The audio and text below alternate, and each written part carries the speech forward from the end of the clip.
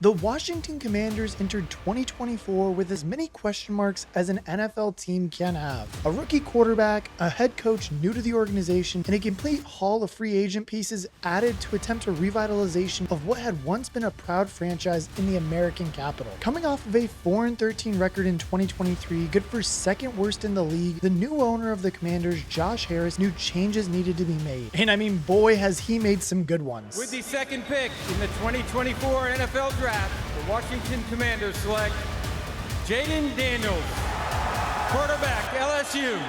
And in today's video, we're going to figure out exactly what the Washington Commanders did to suddenly become so great.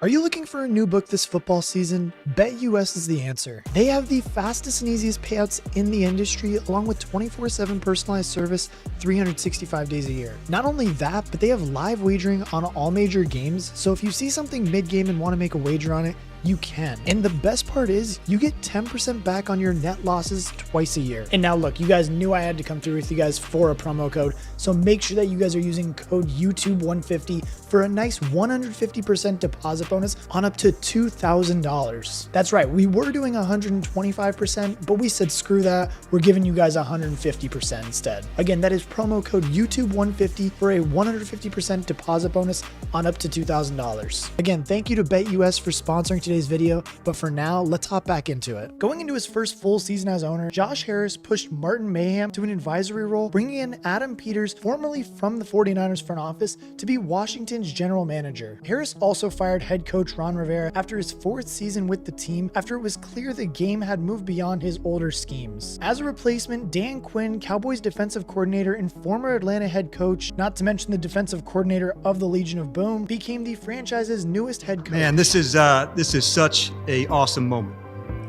and what an outstanding privilege and honor and absolute joy to be sitting here beside these outstanding men. I know you're just starting to know me, and that's going to take some time because building trust, it always does.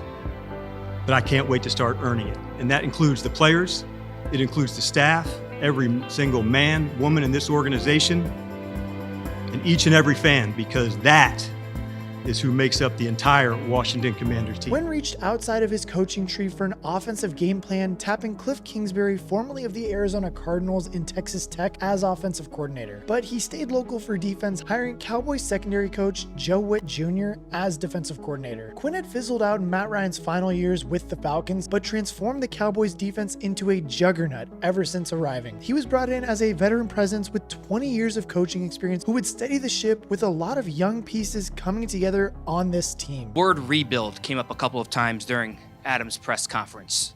Do you view this as a rebuild? And if so, what's the process of going through a rebuild, and time frame wise, how do you want your team to kind of take shape? No, you will not hear me say the word rebuild at all. This is a recalibrate, finding our north again.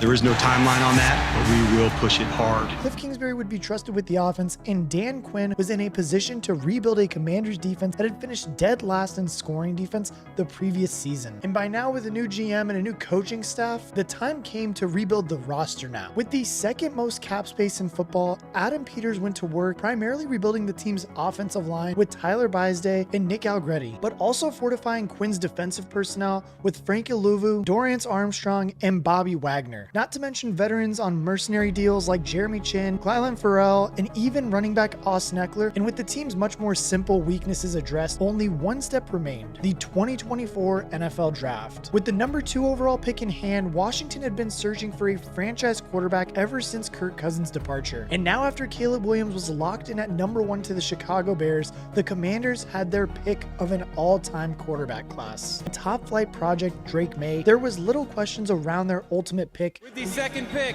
in the 2024 NFL Draft, the Washington Commanders select Jayden Daniels, quarterback, LSU.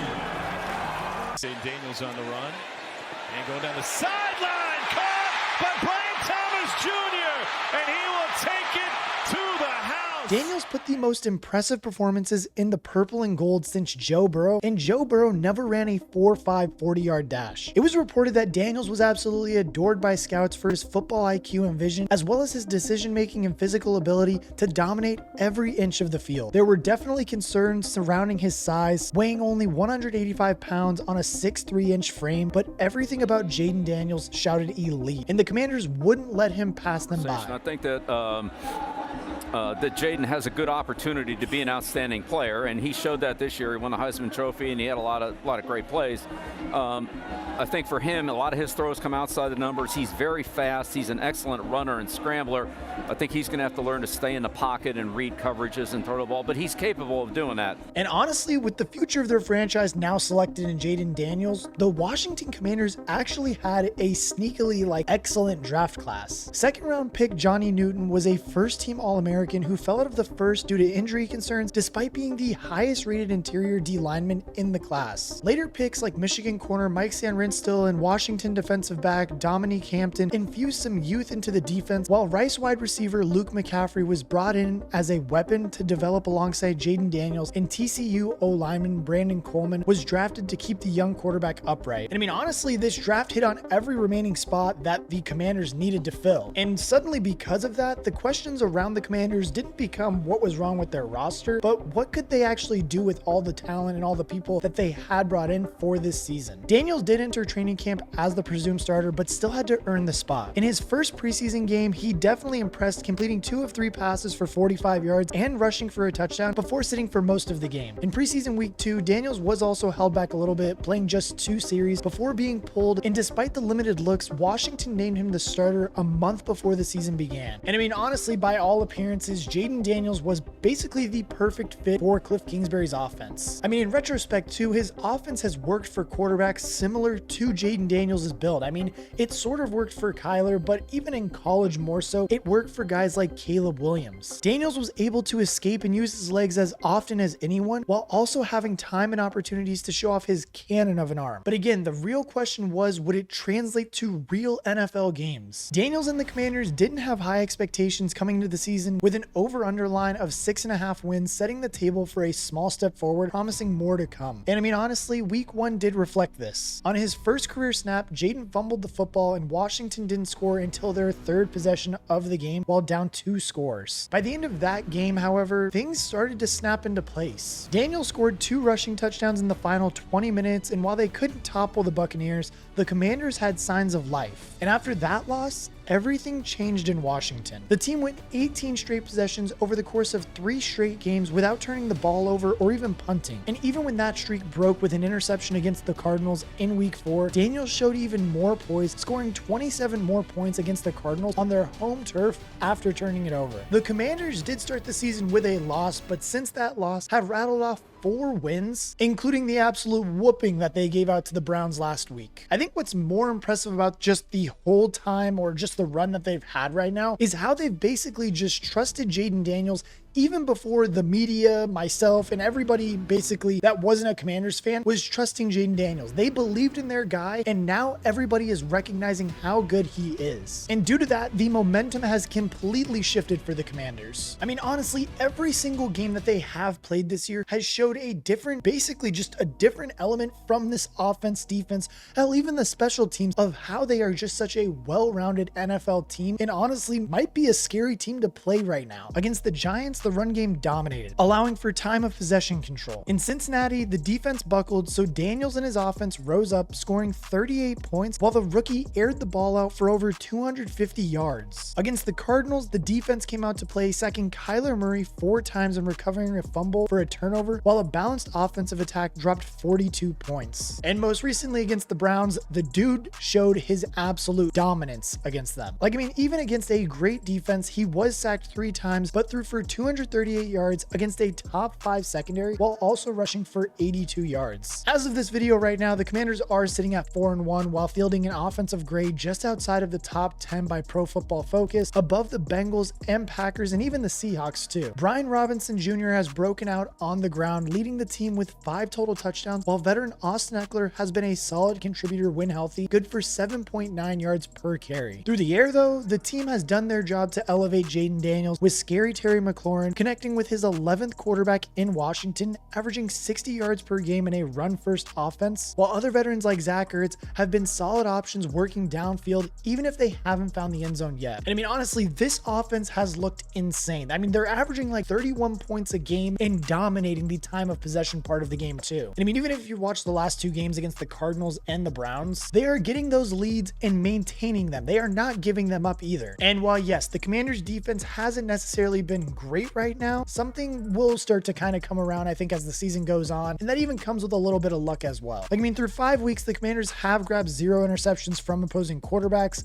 but have forced 6 fumbles and sacked the opponent 15 times. The veterans have stepped up, with Bobby Wagner and Frankie Lavu leading the team in tackles while coaching up the younger players. I mean, even in Dan Quinn's system, their 7th round pick, Javonte Jean-Baptiste, has been productive, already sacking his first quarterback, even though he's not in the everyday edge rotation. Add into those 2 phases of production as well, the kicker, who was basically forgotten from the 2019 draft, suddenly hasn't missed a kick all season. You get a team without a glaring weakness. Like, I mean, honestly, not only is the sudden development of the Washington Commanders just such perfect timing right now, but I mean, it couldn't have come at a more opportune time. Like, I mean, there is a real chance, and as crazy as it sounds, that they may walk away with this division. And they're now favored to maybe even win the division ahead of the weakened Cowboys and just the up and down roller coaster of the Eagles. They already hold a 1-game lead over both other contenders, and Washington has the 18th hardest schedule remaining in the NFL. So I mean, it's easier than everyone in their division except for Philly. Moreover, too, I think because of just how weak the NFC really is too, that they can make maybe even a deeper run than the 2023 Texans did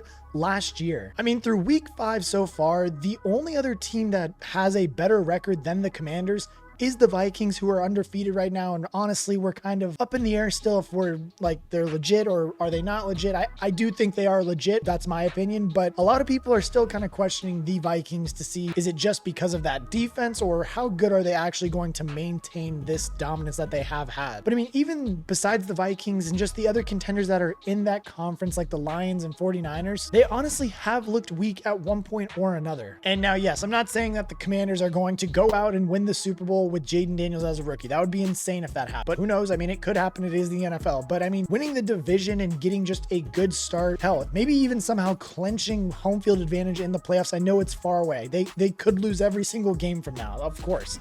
But if they somehow could pull home field advantage, or just like even be like a 2 or a 3 seed there, that could really sway how well they do in the playoffs. And now look, straight up, as I've said before in previous videos, everybody knew my takes about Jayden Daniels. But from here on out, if the Commanders do make the playoffs, there is one man to give all the credit to, and it's Jayden Daniels. Like, I mean, not only has he minimized the mistakes that are all too common for rookie quarterbacks, but he already seems to have settled into the pace of the league, outdueling Kyler Murray, Baker Mayfield, and even Joe Burrow, while throwing for the 12th most passing yards in the league and rushing more effectively than most teams' top running backs, including Bijan Robinson, Jerome Ford, and both Buccaneers backs. And I mean, with that type of production too, it's no wonder that Daniels is currently 5th in odds to win the 2024 NFL MVP award, while being the runaway favorite for Offensive Rookie of the Year and sticking in a competitive conversation for Offensive Player of the Year. Long story short though, Jayden Daniels is the real deal and deserves a very good amount of credit for how fast this team has been able to rebuild and turn around the franchise this year. I mean, honestly, thanks to him and just all the changes that the Commanders have made in the offseason, they've been able to capture just that great lightning in a bottle that the Texans had last year. And we're seeing the exact same thing happen in Washington that we saw happen in Houston last year. There is one singular difference though. Washington did all of this without having to give up any of their capital. So not only can they keep basically what they have right now, but they can keep moving and keep improving. And I mean, because they haven't used any of that capital, they could make moves at the trade deadline or even move up for more blue chip talent next draft. And that's assuming that they don't go all the way this year, which yes, I get might be a little far-fetched to say with a rookie quarterback, but with Daniels, it seems like nothing is out of the question. Like, I mean, mathematically right now, if we're looking at it, they are on pace for about 13 to 14 wins. But I mean, even if they only get to 10 or 11, like that honestly is just wild to say and might even challenge as being a better rebuild than the 2023 Texans were. And hell, I know know all you guys want to keep receipts on me, but before the season, I posted a video saying that they might be a sleeper team in my top 5 teams that were being slept on this year. And the Commanders were near the top of that list. And if you guys again want to keep receipts, where's all my comments saying that I was right about that? That being said, though, they do seem like one of the most feared teams in the NFC. And honestly, if they can keep building on what they already have this year, they're going to be one of the most feared teams in the NFC for years to come. Looking at what they will need to do to win, they already have most of the pieces in place to be your prototypical Super Bowl team. A lethal run game led by both Brian Robinson Jr. and Jayden Daniels leads the way. Terry McLaurin is still a star receiver in the league and may even make the leap to superstar thanks to his role in turning Jayden Daniels into one as well. And while the defense is only 21st in the league, it has been effective and should improve as young guys like Johnny Newton and Emmanuel Forbes continue to develop. I mean, top to bottom though, Josh Harris has managed to do his magic on yet another franchise after turning both the 76ers and Devils into contenders, and now his Commanders have gone from the number 2 overall pick to the top of the NFC in his first year as an owner, and the Commanders are no longer the laughingstock of the NFL, and now they're a team that no one wants to play. The electricity of Jayden Daniels has lit up the DC metro area, and now the Commanders aren't suddenly just good, they might be great. But I want to know what you guys think. What do you think about the Commanders' just sudden turnaround? Do you think that they have a real chance to contend this year and maybe even make a deep playoff run? Let me know down in the comments section as always. And if you guys did enjoy the video, make sure you guys like, comment, and subscribe. Trying to get out 4 to 5 videos a week for you guys. As always, we are pushing to 50K this year. It's a steep goal, but I'm trying to get there, man. We want to get there for you guys. And as always, if you guys can, make sure you like, comment, and subscribe. Share it with Commanders fans. Share it to all the haters that think that I'm a Jayden Daniels hater, even though the dude is legit. But as always, I will catch you guys in the next one. Thank you to BetUS for sponsoring this video. Once again, if you'd like to sign up for BetUS, use the promo code YouTube150.